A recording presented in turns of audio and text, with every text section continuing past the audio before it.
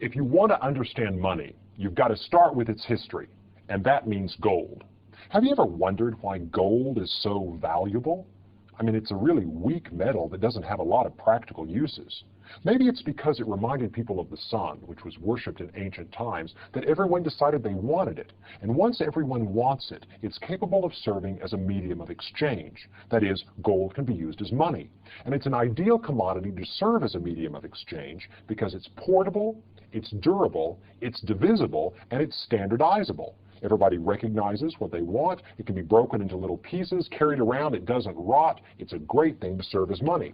So before long, gold is circulating in the form of coins. And when gold circulates as coins, it's called commodity money. That is, money that has intrinsic value, made out of something that people want. Now, once gold coins begin to circulate as the medium of exchange, we've got another problem, and that problem is security. Imagine you're in the ancient world lugging around bags of gold. You're going to be pretty vulnerable to bandits. So what you want to do is make sure there's a safe place to store your gold, because you can store all of your wealth in the form of this valuable commodity, but you don't want it all lying around somewhere that's easy for someone else to pick off. So whoever it is in town that's the biggest and the strongest and has the most secure fort and the meanest dogs is well situated to serve the role of the protector of gold. Maybe he becomes the goldsmith. And the goldsmith begins by offering safekeeping services. So safekeeping services work this way. The goldsmith has a vault, and people come and they put their gold in the vault like this, and the goldsmith gives people receipts. And the receipts tell you how much you are able to withdraw from the goldsmith later. So if I put 10 pieces of gold into the vault, the goldsmith is going to give me a receipt for 10 pieces of gold. Now, the goldsmith could charge me a fee for this service because he is doing me a favor. But the goldsmith can also make money by taking the gold that's in the vault and lending it to other people. Think about how this works. So I want to borrow money to start a taco stand, and I go to the goldsmith and I say, I need some gold so I can pay the people who are building my factory. And he says, okay, I'll lend you some gold right now, but you've got to bring it back to me later with interest. So since more gold goes back in the vault than came out, the goldsmith can take part of it as his profit. So the goldsmith can make money by lending gold to others. Now, a problem can arise here, of course, if the goldsmith starts lending out money and then everybody comes and they want their gold back and there's no gold there. That's called a run on the bank. But one thing that makes that relatively unlikely is called synchronization. That is, think about the way people behave as far as deposits and withdrawals are concerned. People deposit and withdraw from the bank in a kind of predictable fashion. And if I go to the goldsmith on a particular day and I want to withdraw some of my gold, chances are that somebody came by earlier that day or maybe the previous day and deposited gold. So the goldsmith, rather than digging in and finding the coins that I actually put in, can give me the gold that the guy left there the day before.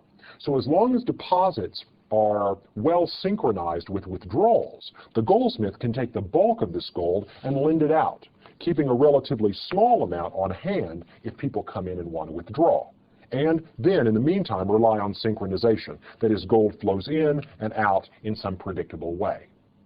Well, let's think more about what the goldsmith could do. Because rather than actually lend out the gold coins, the goldsmith has another strategy. And that strategy arises because this receipt that I got for gold may actually begin to circulate as money itself. Think about this. If everybody knows that the goldsmith is reliable, and if these receipts can't be counterfeited easily, that is, they have to have the goldsmith's thumbprint on them or something like that, then whenever I want to buy something, I don't actually have to go get my gold out of the vault at all. I can just give you the receipt. Now, you're entitled to go make the withdrawal yourself whenever you want. So the goldsmith's receipts begin to circulate as money. They become a medium of exchange. The gold here that's in the vault is the commodity, but the receipt is representative. And because it's representative, people will accept it. That means that the goldsmith doesn't have to lend out gold at all. What he can do is, if you want to borrow money from the goldsmith can just give you a receipt directly so that you can go out and spend it like money. You give the goldsmith an IOU, which shows up in his vault, and he gives you a receipt, which you go out and spend. Now, anybody who wants to can take this receipt, bring it to the goldsmith, and cash it in for gold. right? So the goldsmith now has to be careful how many of these receipts that he issues. Because if he should get overstretched, that is, if the goldsmith starts issuing lots of receipts, lots more receipts than he has in gold, he's now vulnerable to a run on his bank. That is, I hear the goldsmith is issuing a lot of receipts. We're seeing a lot of receipts out there. I don't think he has a gold. Then everybody's going to go bring their receipts at once, come to the goldsmith, take all of his gold, and break the bank. And that's the end of the goldsmith. So, you see the problem. This problem helps us understand a basic concept in the financial system, and that's the concept of fractional reserve banking. That is, money circulates, whether in the form of receipts for gold, or whether in the modern world, in the form of checking accounts and currency. But if there aren't reserves to back those, and in particular, in the case of checking accounts, if the bank is creating a lot of checking accounts because it wants to be issuing loans so it can earn interest, if the bank is creating checking accounts and doesn't have dollar bills to back it, then they're subject to the same kind of problems that the overeager goldsmith is once he's issued all these receipts. Now this raises an interesting question, and that is, what is a dollar bill backed by? Right? I've got dollar bills here in my wallet. What is it that determines their value? Can I take this and cash it in for gold? Absolutely not. The Federal Reserve that issues this currency will no longer trade it for gold. In fact, private households haven't been able to get gold from the Fed since the Great Depression. What is it that determines this value of the dollar? The value of the dollar, because it's not based on anything that's actually backing it, depends on other people's willingness to accept it.